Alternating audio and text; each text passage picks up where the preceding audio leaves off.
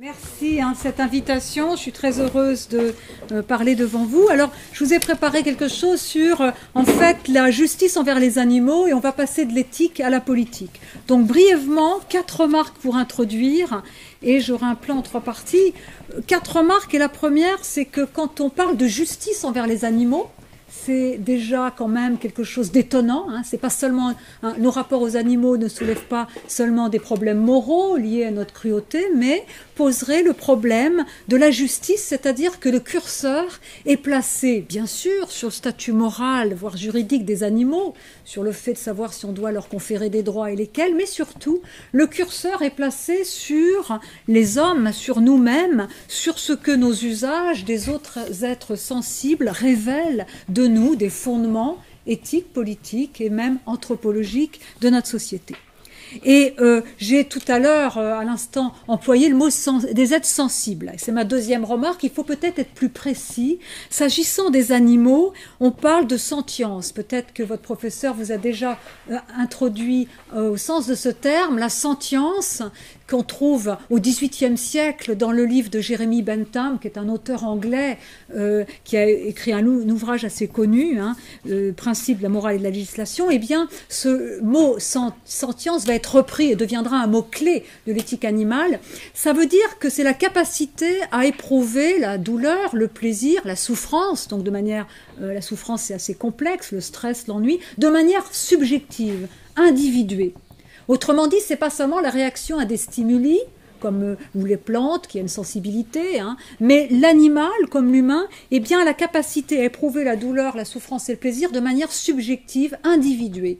Autrement dit, c'est quelqu'un. Il y a quelqu'un derrière la fourrure ou les plumes, et ce quelqu'un se soit vulnérable à des besoins liés à son espèce. Les poules ont besoin d'étendre leurs ailes, sinon, eh bien, elles éprouvent des frustrations qui peuvent entraîner des problèmes, de la détresse, et l'expression de cette détresse, vous savez, dans ces gestes stéréotypés, c'est qu'on appelle des stéréotypies, ou comme dans les éléphants dans des cirques qui se balancent d'un côté et de l'autre, c'est l'expression d'une détresse liée au fait qu'ils sont frustrés, ils ne peuvent pas éprouver leurs besoins, exprimer leurs besoins éthologiques, leurs besoins de base, mais les animaux ne sont pas seulement des spécimens d'une espèce, ce sont des êtres individués, je l'ai dit, qui ont des préférences individuelles. Et ceux qui ont un chat ou un chien le savent vraiment qu'à chaque fois, ils ont leur petit caractère. Il y a quelqu'un derrière la fourrure et les plumes, et ce quelqu'un est bien quelqu'un. Et la sentience désigne pas seulement, d'ailleurs, la capacité à éprouver, sentience, sentience, ça vient d'éprouver, de manière subjective cela, mais c'est aussi la capacité à exprimer ses préférences, à les communiquer. Autrement dit, les animaux sont des agents, sont des sujets, et pas seulement des patients moraux, pas seulement passifs, ce sont des sujets, même s'ils n'ont pas de conception morale du bien et du mal, ils ne sont ni kantiens, ni hegeliens, ni de droite, ni de gauche, ce ne sont pas des agents délibératifs qui vont discuter de leur conception du monde, mais ils ont des choses à nous dire en un sens. On verra l'impact, les conséquences de cela quand il s'agira de définir pas seulement nos rapports à eux, mais aussi leurs droits. Et pourquoi ils peuvent entrer en politique et comment. Alors, troisième remarque, je disais que la question de la justice envers les animaux, c'est une question qui est à la fois forte mais étonnante, presque paradoxale. Eh bien, on voit bien elle montre que la question animale est une question stratégique.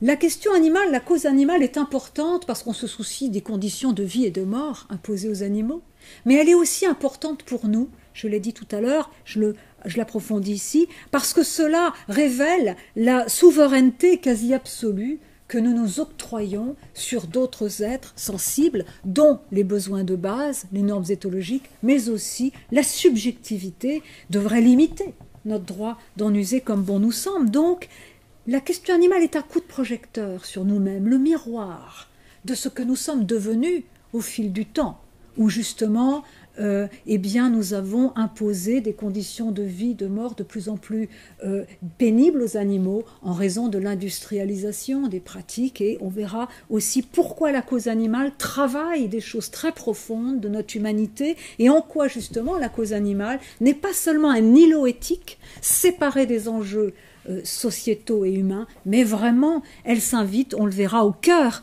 d'un nouvel humanisme et aussi, on le verra, de la transition environnementale, je vous en parlerai.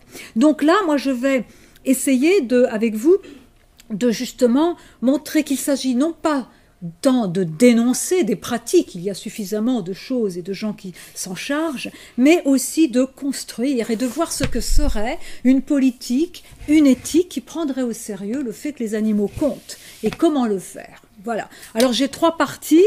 La première sera rapide. Je vais si vous le connaissez peut-être, mais je vais vous donner une sorte de clé sur les étapes. À mon avis, il y en a 3 principales de la philosophie de l'animalité au XXe siècle. Bien sûr, il y a plein de choses avant. C'est une question qui traverse l'Antiquité, Montaigne, etc. Mais là, je voudrais comment la question animale s'est constituée en discipline à part depuis les années 70, avec quelles catégories, quelles personnes, et pourquoi aujourd'hui on arrive à une étape, et ce sera la deuxième partie, politisant cette cause. Qui le fait, on n'est pas nombreux, mais il y a des auteurs canadiens qui seront d'ailleurs célébrés, leur livre a été retenu parmi les 5 finalistes des rencontres philosophiques de Monaco, donc ça tombe bien, je vous en parlerai un peu, comme ça les auteurs viendront, vous pourrez dire que vous savez de quoi ils parlent dans leur livre, et puis je vous parlerai de ma démarche, et troisième partie, qu'est-ce qui est en jeu dans la cause animale et comment la politiser de manière généreuse. Alors, première partie, les 2 premières vagues de la philosophie de l'animalité, il y en a 3, mais je vais vous parler des 2 premières. La première, eh bien, elle commence dans les années 70, hein, c'est un article de 1973 de Peter Singer qui donnera lieu ensuite à son livre du même titre, Libération animale, 75. Et le deuxième représentant de l'éthique animale, c'est Tom Regan, ça s'écrit R-E-G-A-N, hein, qui fera un livre en 83, Les droits des animaux. Les 2 sont 2 auteurs anglo-saxons, australiens pour Peter Singer, américain pour Tom Regan, qui se ressemblent sur certains points et s'opposent sur d'autres. Ils se ressemblent car tous les 2 sont antispécistes. Vous savez que le mot spécisme naît en 1971 sous la plume d'un psychologue d'Oxford. Peter Singer le reprend. Eh bien, l'antispécisme, c'est l'idée qu'il y aurait un lien, il y aurait, si vous voulez, une discrimination injuste, enfin une discrimination donc quelque chose d'injuste, dans le fait de ne pas prendre en compte les intérêts des animaux. On fait comme si les animaux n'avaient pas droit à exister sauf quand ils nous plaisent. Et l'antispécisme est un terme péjoratif qui montre qu'on est dans une sorte de préjugé. Comme eh bien, le racisme et le sexisme étaient des préjugés. D'ailleurs, il y a la même comparaison qui peut être limitée chez Bentham, dont je vous parlais tout à l'heure, l'auteur du mot sentience. Eh bien, ce sont 2 antispécismes, mais je me permets de dire que l'antispécisme, c'est donc la dénonciation du fait qu'on ne prend pas en compte les intérêts des animaux, qu'on fait comme s'ils n'avaient pas droit à exister. Hein. Mais l'antispécisme n'invite pas à considérer que les animaux et les humains doivent avoir les mêmes traitements. L'égalité de prise en compte des intérêts des animaux et des humains n'implique pas l'égalité de traitement. Autrement dit, les antispécistes ne disent pas que nous sommes comme les animaux, ne disent pas qu'il faut donner les mêmes choses aux uns et aux autres, car de toute façon, ce ne sont pas les mêmes choses dont nous avons besoin. Nous, le droit de vote est très important pour nous, évidemment. Pour les animaux, il n'aurait pas de sens. Donc, vous voyez, il ne faut pas caricaturer. Hein. Mais alors, ce qui est très intéressant dans l'éthique animale, qui naît dans les années 70, qui est une critique des éthiques chauvines, des éthiques centrées seulement sur l'homme, qu'on appelle anthropocentriste, eh bien c'est l'idée que les animaux entrent dans l'éthique car eh bien, leur statut moral fait, en raison de leur sentience, fait que justement ils ont droit à la considération morale et ils ont droit à des droits. En un mot, ils comptent. Alors Peter Singer ne s'intéresse pas aux droits des animaux, Tom Regan si. Peter Singer utilise une approche de la morale conséquentialiste, une chose est bonne quand elle crée le plus grand bien-être pour le plus grand nombre d'individus, animaux compris. C'était également chez Bentham, il applique ça aux animaux. disant que, par exemple, s'agissant de l'alimentation carnée, qui est un plaisir éventuellement substituable selon lui, enfin substituable, et qui génère des souffrances sur des milliards d'individus chaque année, d'animaux, eh bien, c'est finalement la morale exige qu'on la supprime, dit-il. Alors que Tom Regan, c'est une autre approche de la morale, plus qu'ancienne, où on fonctionne non pas en regardant les conséquences de notre action, mais les principes. Une action est bonne quand, eh bien, on respecte un principe, et là, Regan va étendre les droits des droits de l'humain aux animaux, avec quand même des différences, puisqu'il va fonder le droit à avoir des droits sur le sujet de vie, pas sur le fait d'être une personne morale, de pouvoir être le membre d'une communauté morale, une personne comme chez Kant, mais le fait d'éprouver sa vie comme se déroulant bien ou mal. Et alors donc vous voyez que c'est très fort, c'est une révolution dans l'éthique.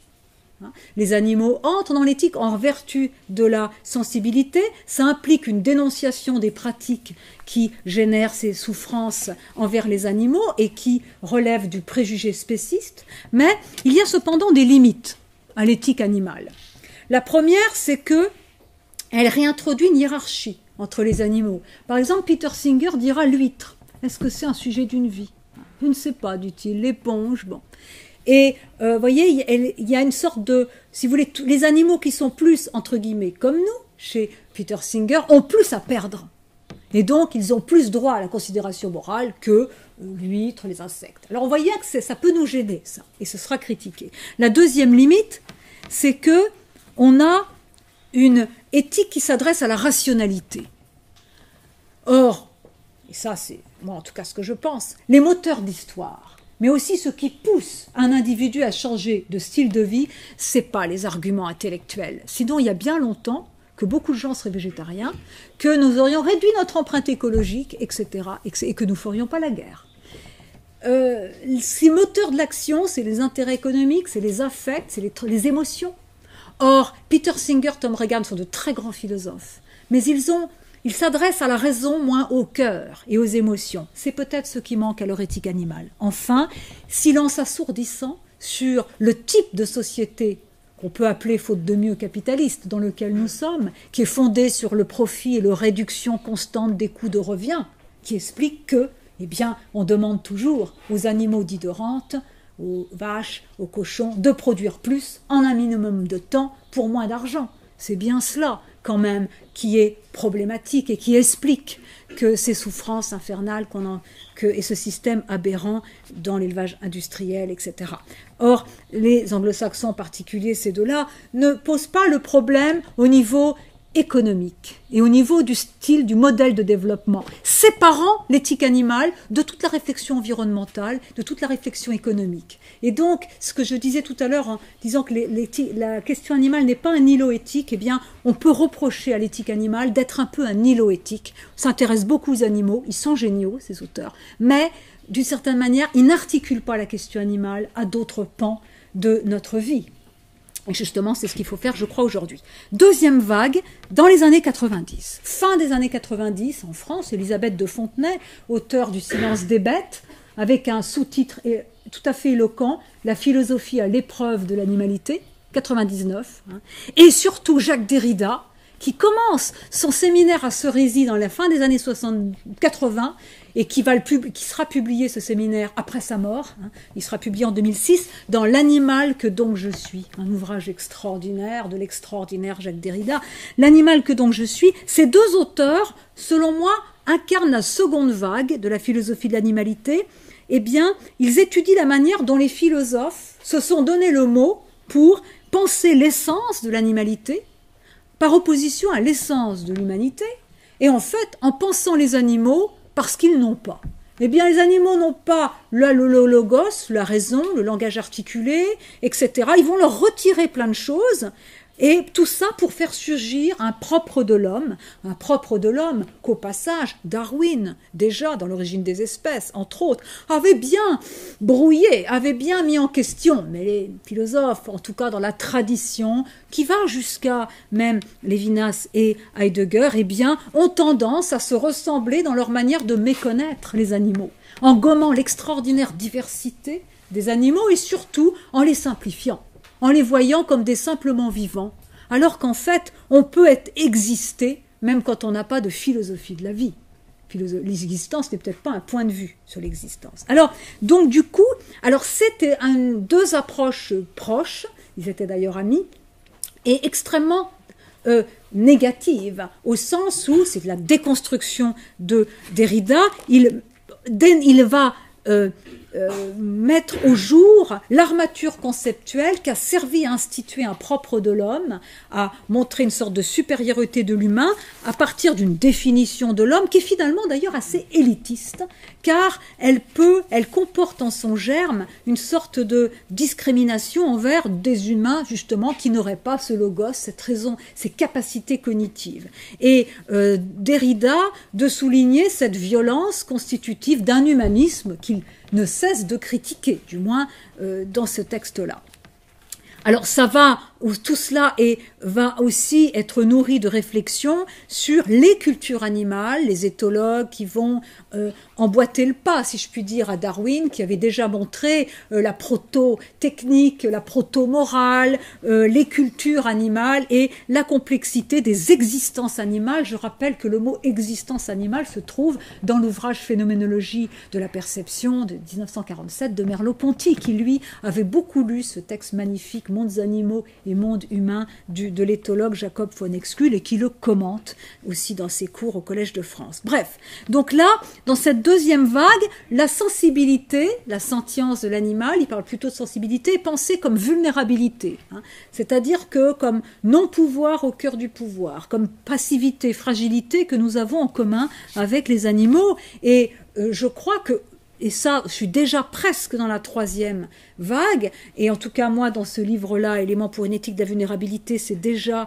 ce que j'avais essayé de faire, plutôt que de donner des bons points ou des mauvais points aux philosophes en fonction de leur reconnaissance de l'altérité des animaux. Par exemple, on donnera un bon point à Montaigne dans les Essais au livre 2, où il dit qu'en fait on n'a pas besoin de prouver l'indignité des animaux pour prouver notre dignité, et que le renard, c'est pas seulement de l'instinct, il y a une induction, il y a une intelligence, il y a des types d'intelligence, mais au lieu de donner des bons points à certains et puis des mauvais toujours au même, c'est-à-dire Descartes, eh bien, je pense qu'il s'agit, surtout que Derrida a déjà fait le travail, de se placer sur le versant constructif de la déconstruction, c'est-à-dire de se demander ce que serait une éthique, une politique, voire un humanisme, qui serait moins chauvin, moins borné, moins spéciste ou moins anthropocentriste, et qui se demanderait, qui prendrait au sérieux le fait que les animaux existent, qu'ils ont droit à exister, qu'ils ont un droit à un territoire, à vivre sur leurs normes propres, qui ne sont pas seulement des moyens au service de nos fins, et qu'il y a une altérité de l'animal. Je rappelle que Claude Lévi-Strauss, pour parler des animaux, parlait du plus autrui de tous les autrui. L'animal étant une sorte de pédagogue nous enseignant la différence, une différence qui est parfois abyssale. Pensez aux insectes. Est-ce qu'on peut communiquer avec un insecte? Ça ne veut pas dire qu'il n'y a rien derrière lui, c'est une vie aussi, c'est un être existant.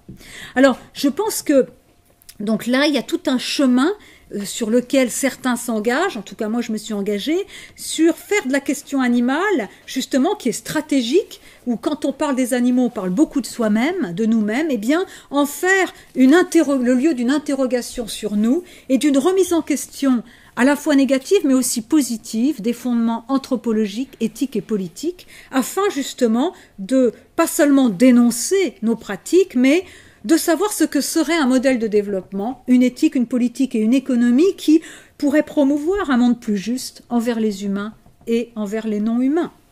Étant entendu que souvent, ce sont les humains qui fixent les règles de la coexistence entre humains et non-humains, et c'est pourquoi il faut politiser la cause animale. C'est donc ma deuxième partie, et la troisième vague de la philosophie de l'animalité, du moins dans la deuxième partie du XXe siècle, donc début du XXIe. À ma connaissance, c'est surtout donc ces deux auteurs canadiens, c'est un couple, Sue Donaldson et Kim Licka, K-Y-M-L-I-C-K-A, et sa femme, Donaldson, comme Donald et Son, qui ont écrit Zoopolis. Je vais vous dire ce que c'est que Zoopolis. De toute façon, je ne sais pas s'il y a la deuxième version, mais... Ah oui, là, vous aviez la première version, il y a des coquilles. Mais la deuxième édition, j'ai ajouté Zoopolis.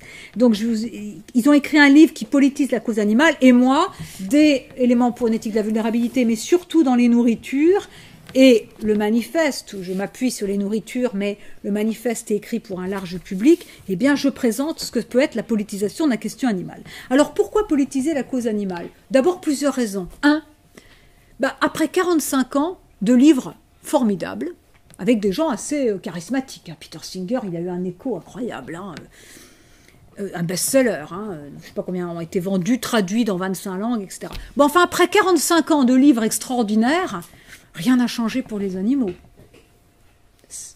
3 millions d'animaux par jour sont abattus pour la nourriture en France. Par an, il semblerait que ce soit entre 60 et 100 milliards d'animaux tués pour leur chair. Je ne parle pas de la fourrure, je ne parle pas des poissons, etc. etc., etc. Bon. Je ne parle pas de la captivité des animaux sauvages, delphinariums, orques, etc., des cirques avec des tigres, etc. Bref, bon, après tous ces livres, rien n'a changé, donc ça veut dire que ce n'est pas parce qu'on a de bons philosophes, de bons éthologues, et même des lois qui changent. Rappelons-nous, 2015, le code civil s'harmonise avec le code pénal, puisque les animaux domestiques sont reconnus comme des êtres sensibles et pas comme des biens meubles. Bon, c'est déjà pas mal, mais malgré toutes ces lois, il y en a de très bonnes, notamment au niveau européen, la condition animale ne change pas. Ça veut dire qu'il y a un problème, il faut changer de stratégie.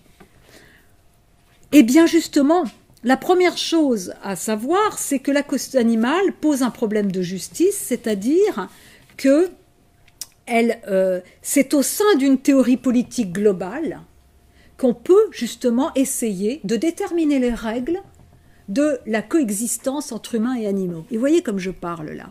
Il s'agit de partir d'un fait qui est celui que nous partageons la terre, la maisonnée commune, l'oikos, avec d'autres vivants, les oiseaux, les poissons, les animaux domestiques, sauvages, etc.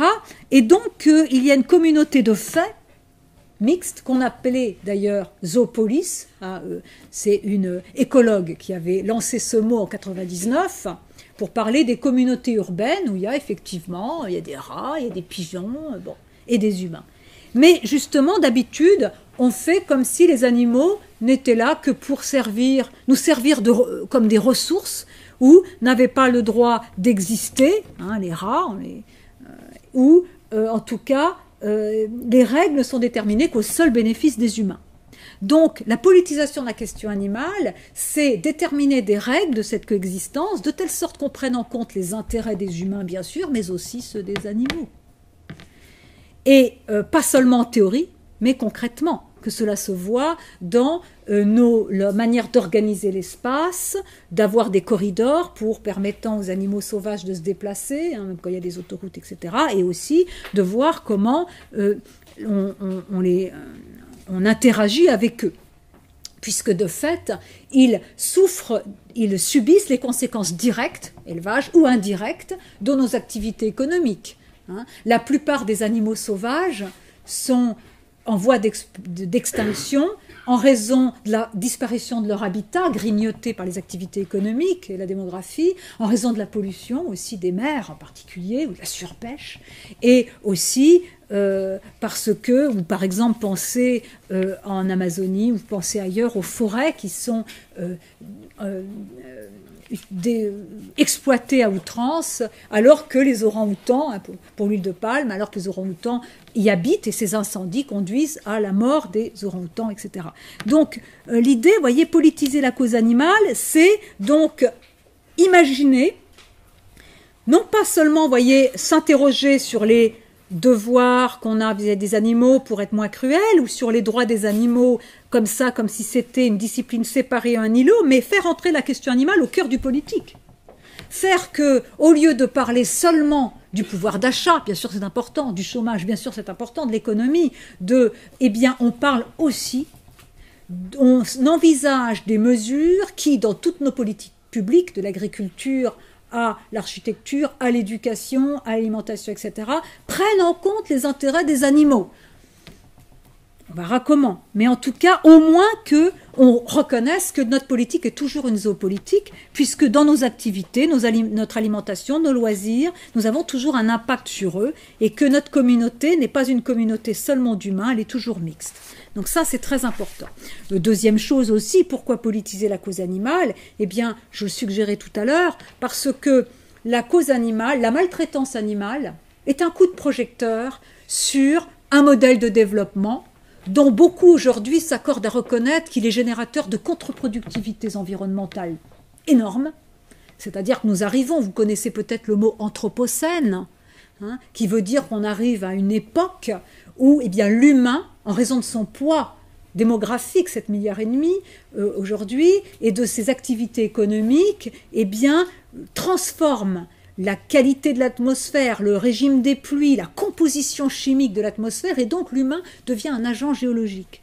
Et que si nous continuons ainsi, nous allons très vite arriver à des points de non-retour où il sera non seulement plus difficile, mais plus coûteux de réduire le réchauffement climatique, qui peut se traduire par des incendies, mais aussi des épisodes climatiques extrêmes, et rendant difficile l'agriculture et provoquant des flux migratoires qui peuvent déstabiliser des régions du monde. Donc, avec des conséquences géopolitiques, évidemment, que vous connaissez, vous imaginez. Donc, la cause environnementale est majeure, et notre modèle de développement, qui est fondé sur une croissance illimitée et une extraction des ressources, comme si la nature était une géante, pour employer la phrase de Bertrand de Jouvenel, cela, c'est un modèle de développement qui s'est fondé sur, en aveuglement, en ne voyant pas la finitude des ressources. Il est contre-productif, mais aussi, il est générateur d'inégalités et de scandales. Il est clair que les vidéos montrées, entre autres par L214, sur la manière dont sont tués les animaux, souvent très jeunes, parfois gravides pour les vaches, qui attendent des petits, etc., après plusieurs mois de gestation. Bref, et ces étourdissements qui ne sont pas au point, etc., c'est lié à quoi? Ce n'est pas que les gens soient méchants, c'est que, justement, c'est un système fondé sur le profit, et finalement, la maltraitance animale est un coup de projecteur sur l'organisation du travail, puisqu'on confond l'agriculture, l'élevage avec l'industrie, et l'efficacité, la performance sont déterminées à partir d'un chiffre maximal de production, indépendamment de la valeur de la vie des êtres humains et non humains impliqués. Donc, on détourne sans une activité, l'élevage qui devient une industrie, voilà. Et du coup, ça crée des souffrances pour les animaux, mais ça crée aussi des choses tout à fait terribles pour les êtres qui travaillent dans ces secteurs. Et par exemple, il y a beaucoup de films aujourd'hui sur les personnes qui travaillent dans les abattoirs, qui ont le corps brisé, parce que c'est évidemment le travail à la chaîne, très dur, mais aussi c'est des gens qui tuent tous les jours. Il faut voir ce que c'est que de tuer un animal qui veut vivre, qui est pris de allaitement, qui a des diarrhées, etc. Et il faut bien s'insensibiliser pour pouvoir faire ça. Donc c'est quand même un système, le système dans lequel nous vivons est fondamentalement déshumanisant. Et s'il n'y a pas plus de personnes qui regardent en face l'intensité de la souffrance animale, c'est pas parce que ces personnes sont indifférentes, c'est parce qu'elles feignent, elles se protègent, elles mettent en place des stratégies de défense, parce qu'elles savent que si elles regardent en face tout cela, elles auront honte et elles souffriront trop. C'est d'ailleurs une des raisons pour lesquelles il faut accompagner la prise de conscience aujourd'hui de la souffrance animale. Donc, parce qu'elle est difficile. Et bien donc du coup, pour toutes ces raisons, il faut faire quelque chose. Et pour cela, je vais vous présenter les thèses de Kim Lycka et Donaldson dans Zoopolis, et puis je vous présenterai les miennes dans ces 2 derniers livres. Alors, le point commun, en tout cas entre moi et ces Canadiens-là, c'est que effectivement, l'idée c'est de partir quand même de la communauté mixte que nous faisons avec les animaux, et aussi de considérer les animaux comme des sujets compétents. Quand on parle des droits des animaux, il y a 2 manières d'en parler. Jusqu'à il y a encore 5 ans, on en parlait comme de droits négatifs. C'est-à-dire qu'il s'agissait de protéger l'inviolabilité des animaux, un peu comme Locke quand il dit que le droit dresse une barrière protectrice entre la personne qui est reconnue titulaire de droit et le monde, au sens où, eh bien, cette personne titulaire de droit, elle ne peut pas être torturée, tuée en toute impunité comme ça. C'est ça le droit, qui protège l'inviolabilité des êtres. Et ces droits négatifs sont assortis d'interdictions. Il est interdit de tuer quelqu'un. Si vous tuez quelqu'un comme ça, volontairement, vous allez en prison. Bon.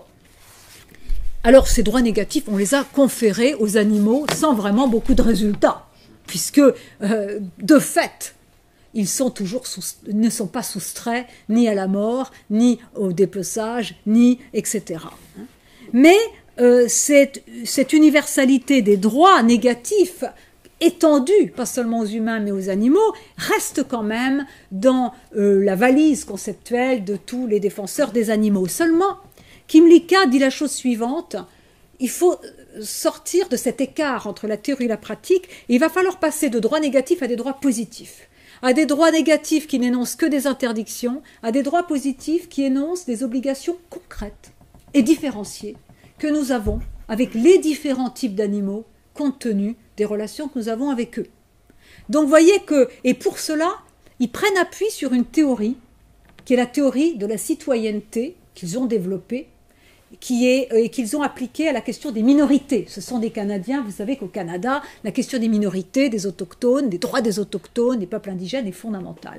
Et ils ont dans le livre Zoopolis cette métaphore intéressante. Dans un avion, vous prenez l'avion, vous allez à New York. Bon, vous, si vous n'avez pas la double nationalité, moi je n'ai que la nationalité française, je vais à New York, j'ai le droit de voir mon inviolabilité protégée. On ne va pas me tuer comme ça en toute impunité. Bon, ou prendre mes organes pour les donner à quelqu'un.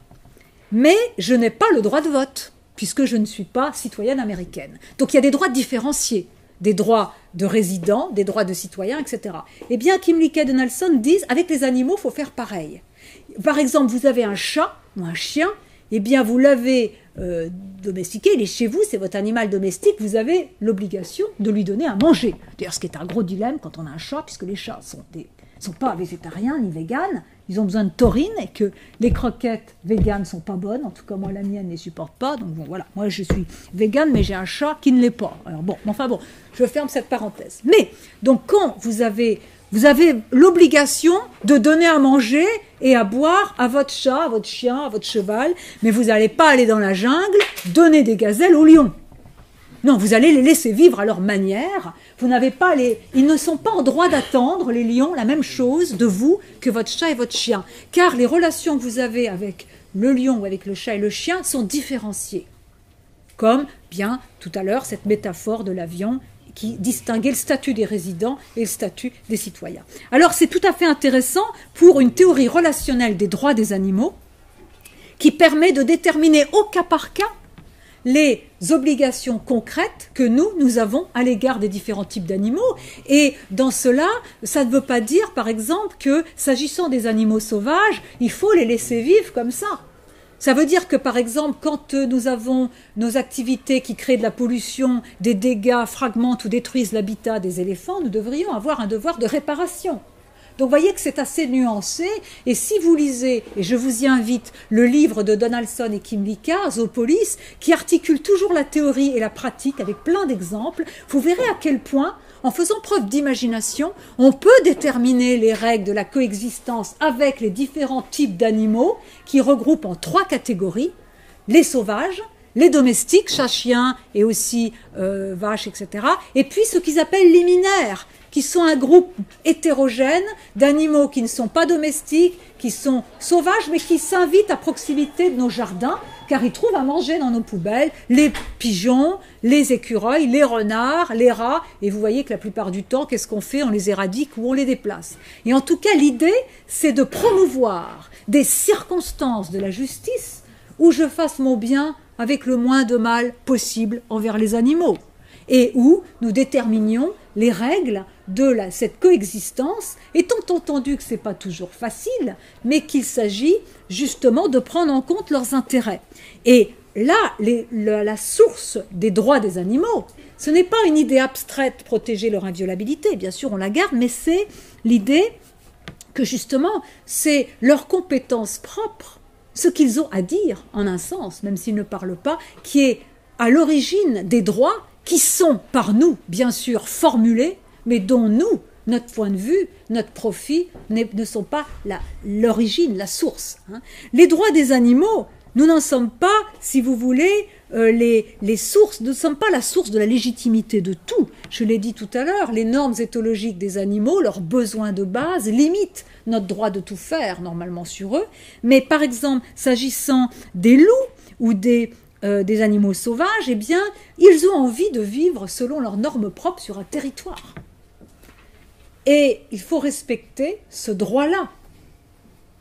Mais on ne va pas leur donner à manger comme les animaux qu'on a amenés chez nous, domus, qui est domestique, et qui sont dépendants de nous et qui ne pourraient pas survivre s'ils étaient, en tout cas pas tous, relâchés comme cela.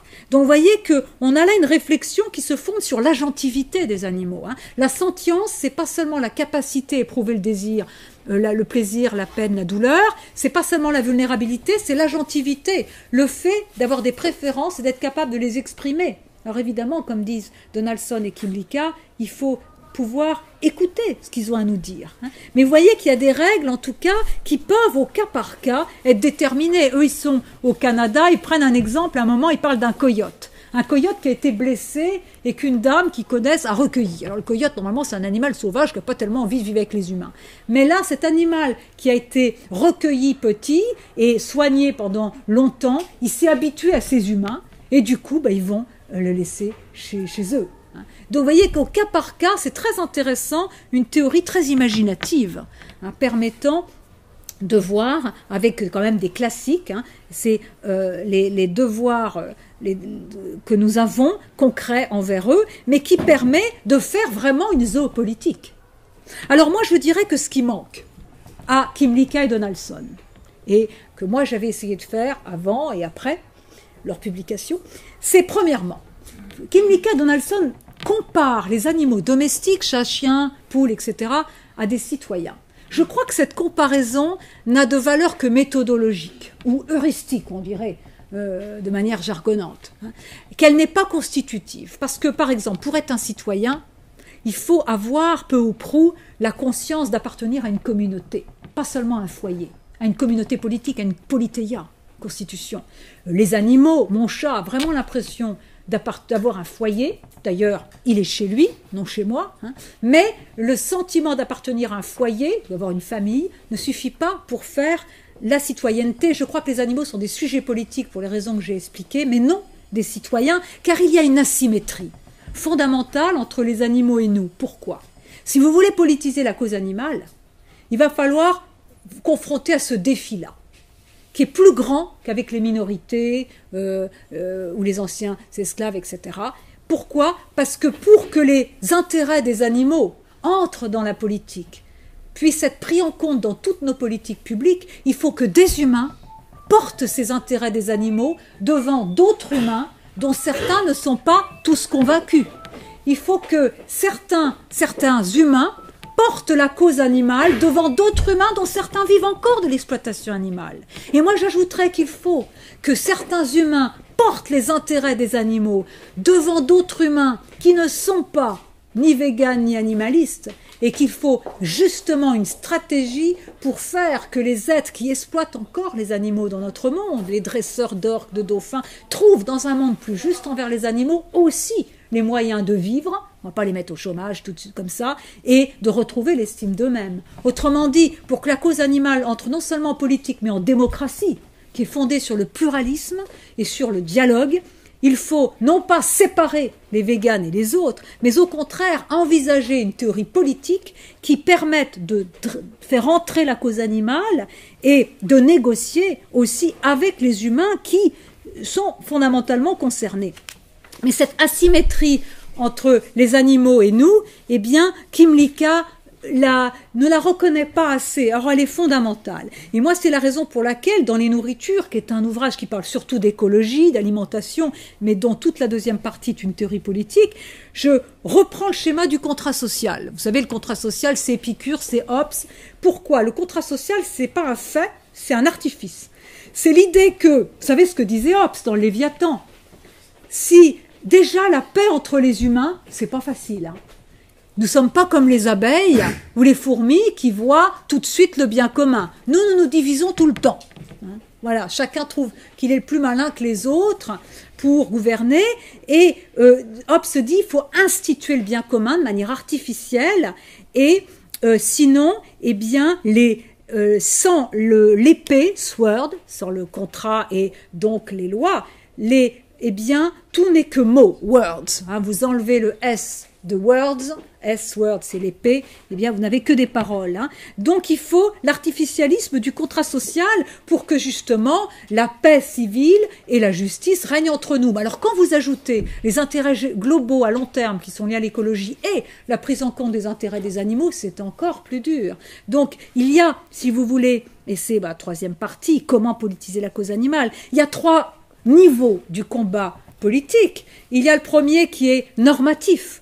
C'est-à-dire à partir du moment, et c'est moi ce que j'ai essayé de faire en articulant une théorie politique à une philosophie de l'existence, à une conception de l'homme, à partir du moment où l'humain est défini par, et pensé plutôt en fonction de la matérialité de son existence. Il mange, il est posé sur un sol, il a des besoins, il n'est pas hors sol, il n'est pas seulement en liberté, il a un corps, on en parlera ce soir, et par exemple, dès qu'il mange, il est toujours en contact avec d'autres humains et d'autres non-humains. Dès qu'il existe, il a toujours un impact sur les autres humains, sur les non-humains. Dès qu'en fait, l'éthique, c'est quoi? Moi, ma définition de l'éthique, c'est la place que je confère au sein de mon existence aux autres, humains et non-humains. Ce n'est pas une discipline abstraite. Autrement dit, cette philosophie du corps qui ouvre à une définition relationnelle de l'humain fait que, concrètement, les finalités du politique, ce n'est pas seulement l'accord entre les libertés, c'est le partage des nourritures, des ressources, c'est le partage des nourritures, des ressources avec les humains et les non-humains, c'est la protection de la biosphère qui est le support de notre existence. Quand vous avez faim, quand vous ne pouvez plus respirer, votre liberté, ce n'est plus rien. C'est la question animale puisque les animaux s'invitent au cœur de notre existence. Notre vie est toujours débordée par celle des autres. Et c'est évidemment le cas dès qu'on mange 3 fois par jour. 3 fois par jour, finalement, nous confessons la place que nous accordons aux autres êtres, vivants, humains et non humains. Donc, du coup, parmi les finalités du politique s'ajoute à la sécurité, qui est l'accord entre les libertés, à la réduction des inégalités entre les humains actuels, s'ajoute la question écologique, s'ajoute la question animale, entre autres. Et donc, ce contrat social n'a plus rien à voir avec celui qui existait de Hobbes à Rawls, qui était seulement fondé sur les humains, entre humains, les humains même actuels, les générations futures, surtout en raison des biotechnologies et de l'impact écologique, l'écologie, la cause animale, entre au cœur du politique, car ils sont déjà au cœur du sujet. Donc ça, c'est le niveau normatif. Après, le deuxième niveau, une fois qu'on a dit quels étaient les devoirs de l'État, les finalités du politique, et qu'on l'a mis éventuellement dans la Constitution, il faut se demander comment on fait pour que justement c'est une traduction effective. Comment on fait pour qu'au lieu de parler seulement des affaires humaines, du pouvoir d'achat, on parle aussi des intérêts des animaux, etc. Et là, c'est un niveau institutionnel, c'est un niveau lié aux modifications permettant à la démocratie représentative qui consacre les intérêts immédiats des hommes actuels, de faire entrer ces nouveaux sujets, qui finalement sont des sujets essentiellement liés à ce que nous sommes. Et pour cela, j'avais proposé des aménagements au niveau, par exemple, pour élire un certain nombre d'organisations non gouvernementales, environnementales, mais aussi de protecteurs des animaux, qui veilleraient à ce que dans tous les volets, l'alimentation, l'éducation, l'architecture, l'agriculture, évidemment l'élevage, dans tous les volets de nos politiques publiques, il y a un volet environnemental et un volet animal, pour qu'on arrête les incohérences. Où on dit d'un côté on va faire cela, puis d'un autre côté, par exemple, on dit qu'il faut que les animaux soient mieux abattus, mais il y a encore quelques semaines, Ségolène Royal voulait faire passer un arrêté en catimini pour autoriser tout établissement zoo à ouvrir des delphinariums, qui a été, je vous expliquerai comment arrêter, enfin en tout cas bloqué un peu, je ne sais pas si ça enfin, bon, elle n'a plus beaucoup de temps, de toute façon maintenant. Mais bon, en tout cas, bon, vous voyez.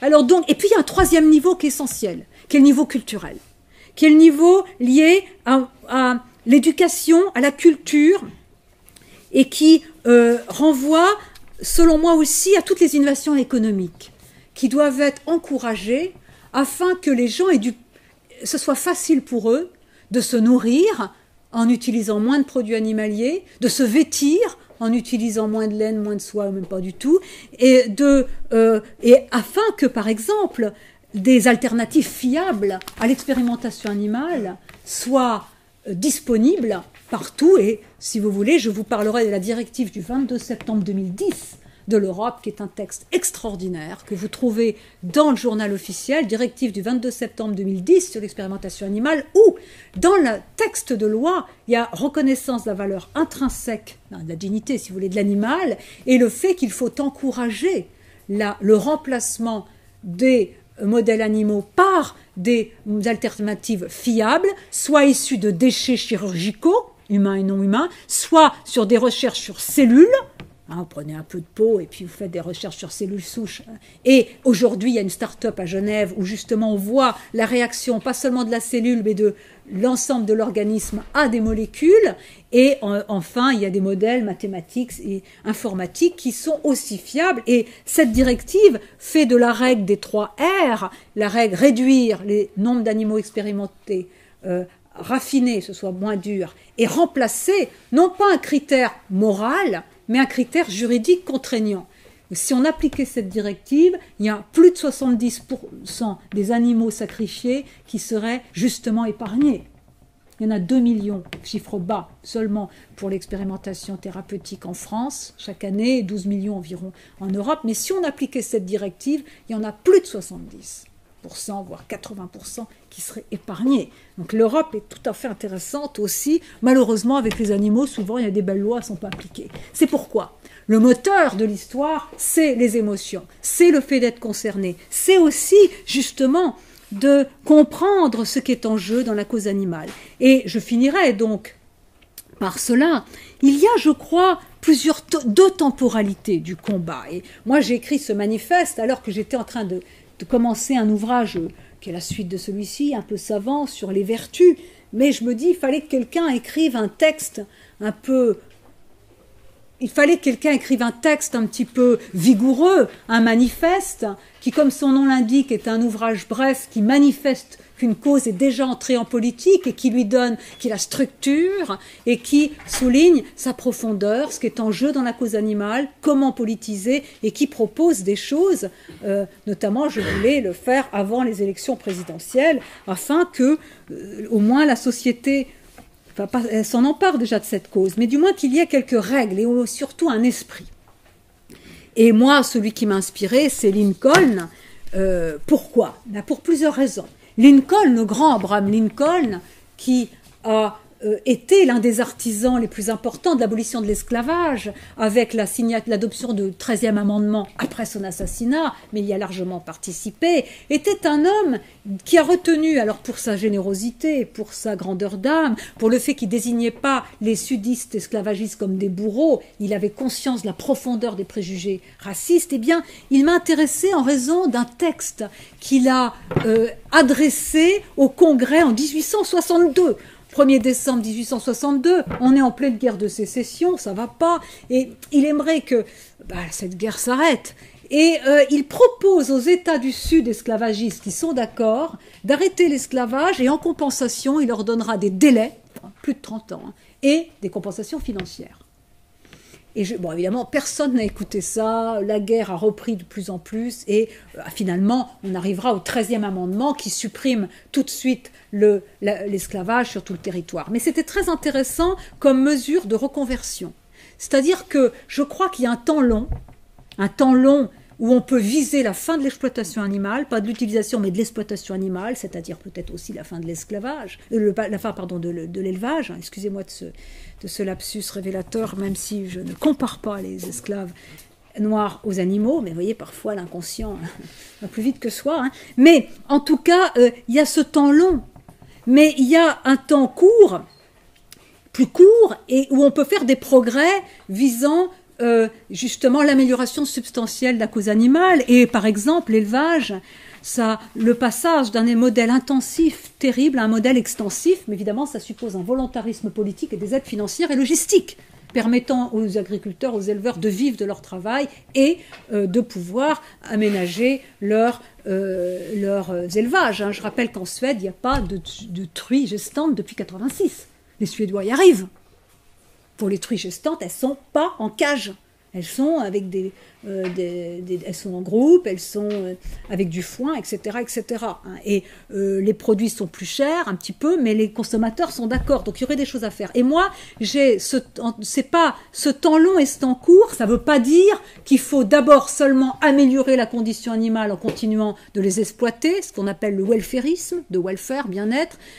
Comme s'il y avait une opposition entre welfarisme et abolitionnisme, et que l'abolitionnisme n'était qu'un rêve. Moi, je suis abolitionniste, hein, mais je sais que je ne vais pas me réveiller demain matin avec tout le monde vegan, hein, et qu'en plus, étant démocrate, je sais qu'on peut pas imposer, et il ne serait pas souhaitable qu'on impose comme ça, d'un claquement de main, un changement qui n'est pas voulu, qui n'est pas comme ça, qui se décrète pas. Donc, je crois qu'il y a une stratégie qui dépasse l'opposition welfarisme-abolitionnisme, qui est de voir ce que l'on peut faire déjà maintenant compte tenu des contextes, des acteurs, en visant le long terme, voyez, en ayant un œil sur le long terme. Et moi, je propose 3 mots-clés, si vous voulez, de la stratégie. C'est, en plus de l'esprit de Lincoln, c'est-à-dire d'essayer d'avoir suffisamment de générosité pour ne pas désigner les non-véganes comme des bourreaux, hein, contrairement à ce que font beaucoup de véganes. Eh bien, j'ai 3 mots-clés. 1, transition. Transition, se mettre sur une trajectoire où nous donnions les moyens de promouvoir plus de justice envers les animaux et les humains, prendre en compte les intérêts des animaux, et cela avec des propositions concrètes que je fais. Ensuite, l'innovation dans l'alimentation, la mode, l'expérimentation animale, et en plus il y a un intérêt économique, qu'un pays qui miserait sur les alternatives végétales aurait beaucoup à gagner, car pour des raisons environnementales, le premier poste du réchauffement climatique, c'est l'alimentation carnée, c'est le bétail qui a un impact sur la répartition des terres, des céréales et des réserves en eau. Donc de toute façon, même ceux qui ne partagent pas mes idées sont obligés de concéder qu'il faudra au moins réduire sa consommation carnée, et en attendant, autant savoir par quoi la remplacer. Pas par frites et pommes de terre, hein, ni par haricots verts et épinards. Ce que moi, je mangeais il y a 15 ans, quand je disais non, je ne prends pas de viande, c'est ce qu'on me donnait en général au restaurant. Heureusement, ça fait un petit peu de progrès. Mais il y a donc des innovations en matière alimentaire pour que les gens s'habituent aussi. Donc le volet, vous voyez, le volet culturel, économique et fondamental, transition, innovation, reconversion. Aider les anciens dresseurs d'orques, d'éléphants à se reconvertir. Et je pense qu'on ne peut pas demander la suppression d'une pratique sans l'assortir en même temps d'une mesure de reconversion pour que ces personnes ne soient pas au chômage, mais trouvent dans un monde plus juste envers les animaux de quoi vivre et retrouver l'estime d'elles-mêmes. Parce que, par exemple, moi je suis très investie contre la captivité des animaux sauvages, qui est selon moi une mesure phare, non négociable et qui pourrait être rapidement mise en œuvre, mais évidemment il faut trouver les moyens aux personnes qui ont investi leur énergie, leurs études pour faire cela, et bien de leur permettre d'utiliser leur savoir ailleurs et autrement. Alors je propose là des mesures assez concrètes. En tout cas, vous voyez, il y a l'idée qu'on peut politiser la cause animale, on peut faire des choses à condition d'avoir une stratégie et de travailler sur plusieurs volets. Alors en conclusion, justement, quand je reprenais, mais un peu différemment, pas Marx, mais nous avons un monde à y gagner, hein, mais Marx disait ils ont un monde à y gagner parce que c'était un manifeste d'opposition. Moi je pense que tout le monde a gagné à justement se mettre sur cette trajectoire où de plus la cause animale n'est ni séparée des enjeux environnementaux, elle est même un des leviers essentiels aujourd'hui de la transition environnementale, elle est aussi un levier essentiel, non pas seulement de la dénonciation d'un modèle de développement injuste et générateur de contre-productivité environnementale, mais le levier essentiel d'une reconversion de notre économie, permettant de la mettre au service des êtres et pas de groupes particuliers de lobbies qui détruisent le monde commun, mais aussi la cause animale est universelle. Elle nous concerne tous et toutes, quelles que soient les conséquences qu'on en tire dans nos styles de vie, car c'est la cause de l'humanité. Et c'est vrai que si on réfléchit à ce qui est en cause dans la maltraitance animale, on voit bien que, au-delà des enjeux politiques et économiques que j'ai soulevés, modèles de développement, il y a aussi le fait que nous imposons à des êtres qui sont quand même à la fois proches et différents de nous, mais quand même proches, au moins par la vulnérabilité, la corporéité, nous imposons des conditions de vie et de mort atroces. C'est que pour justement pouvoir supporter cela, il faut se cliver, il faut suspendre son sens moral, il faut s'engourdir psychiquement. Et ce faisant, je crois qu'en s'engourdissant psychiquement, pour ne pas voir ce que pourtant nous savons, pour ne pas croire ce que nous savons, eh bien, je crois que nous nous déshumanisons profondément. Nos vies est moins intense et nous nous déshumanisons, nous perdons ce faisant ce qui nous relie aux autres êtres vivants et ce qui nous donne aussi les moyens de résister. Et je crois que la cause animale est pour nous aujourd'hui l'occasion de dire ce à quoi nous tenons. Voulons-nous être cette humanité et vivre dans ce type de société où, pour manger de la viande, pour avoir un peu de fourrure, on impose des souffrances à ce point à des êtres qui veulent vivre et qui, quand on les connaît, finalement sont tout à fait individués, spécifiques, entre guillemets, ont des choses à dire. Donc la question, vous voyez, pour moi, c'était d'insister sur l'enjeu civilisationnel de la cause animale. Pourquoi, selon moi, elle est aujourd'hui le visage d'un nouvel humanisme, d'un humanisme de l'altérité, d'un humanisme qui, en plus, est d'autant plus important que je crois que nous sommes à la croisée des chemins. Et je finirai par ça. Dans le manifeste, à un moment, je parle des 4 âges.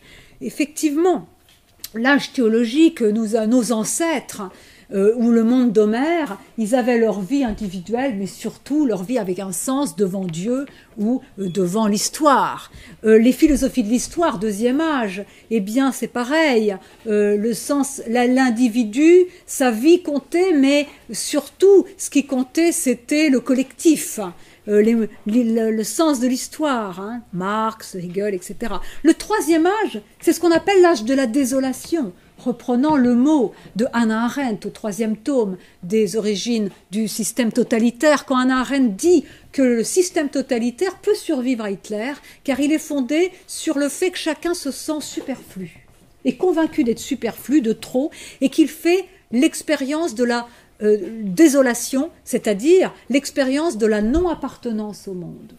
Et ce faisant, il perd ce qui le relie aux autres êtres et ce qui fonde la confiance en autrui. Bref, il n'a plus envie de vivre avec les autres et il est même conduit d'une certaine manière à trahir son sens moral, car il s'est déshumanisé, s'est désubstantialisé. Et c'est ça qui rend vulnérable aux solutions totalitaires. Dit Hannah Arendt, c'est formidable. Et alors, je crois que nous sommes arrivés à l'âge de la désolation, et même au creux de ce 3e âge, nous arrivons à une forme décomplexée de nihilisme, et qui s'exprime par une violence comme ça, par une sorte de, justement, de propos décomplexés, parfois même des chefs comme Trump ou d'autres, mais eh bien, il y a vraiment, et aussi par une société caractérisée par la peur de l'autre, la haine, par la volonté de tout maîtriser, la peur panique de tout ce qui échappe à sa maîtrise. Et il me semble que l'âge du vivant, qui est le 4e âge, que moi je sens émerger et que j'essaie d'accompagner, travaille sur la finitude, l'acceptation de notre vulnérabilité, le respect de la différence, des différences, de l'altérité, et la cause animale est au cœur de cet âge du vivant, dont vous voyez bien qu'il ne se réduit pas à l'apologie du mode de vie vegan ou à s'intéresser aux animaux, bien sûr c'est important, mais qu'il est porteur d'un enjeu civilisationnel, mais aussi d'un enjeu très fort, car je ne sais pas aujourd'hui quel âge va gagner. À l'heure du transhumanisme, vous savez, Google et tout d'un tout, ils ont acheté des îles entières, ils sont en train de fabriquer un humain complètement refaçonné et simplifié. en utilisant les nanotechnologies, etc. Ils veulent rendre tabou la mort, ils veulent rendre tabou la naissance, etc. Il y a aussi, vous voyez bien, politiquement, cette idée que l'autre est l'ennemi. Hein, cette peur de la maîtrise, cette peur de ce qui échappe à ma maîtrise, cette haine du corps, cette haine de l'autre. Et ce massacre des animaux. Ce n'est pas un hasard si Trump autorise qu'on tue les ours de l'hélicoptère et même dans leur tanière. Et de l'autre côté, un âge du vivant, qui est lié au respect des autres, de sa vulnérabilité, de sa finitude, de la planète et des animaux. Et je ne sais pas lequel gagnera, et en tout cas, moi, j'essaie d'accompagner ce mouvement en lui donnant une structuration philosophique, articulant une anthropologie, une philosophie et une théorie politique, et en essayant justement de souligner cette profondeur d'un mouvement qui, encore une fois, n'est pas seulement l'apologie du mode de vie vegan. Je vous remercie.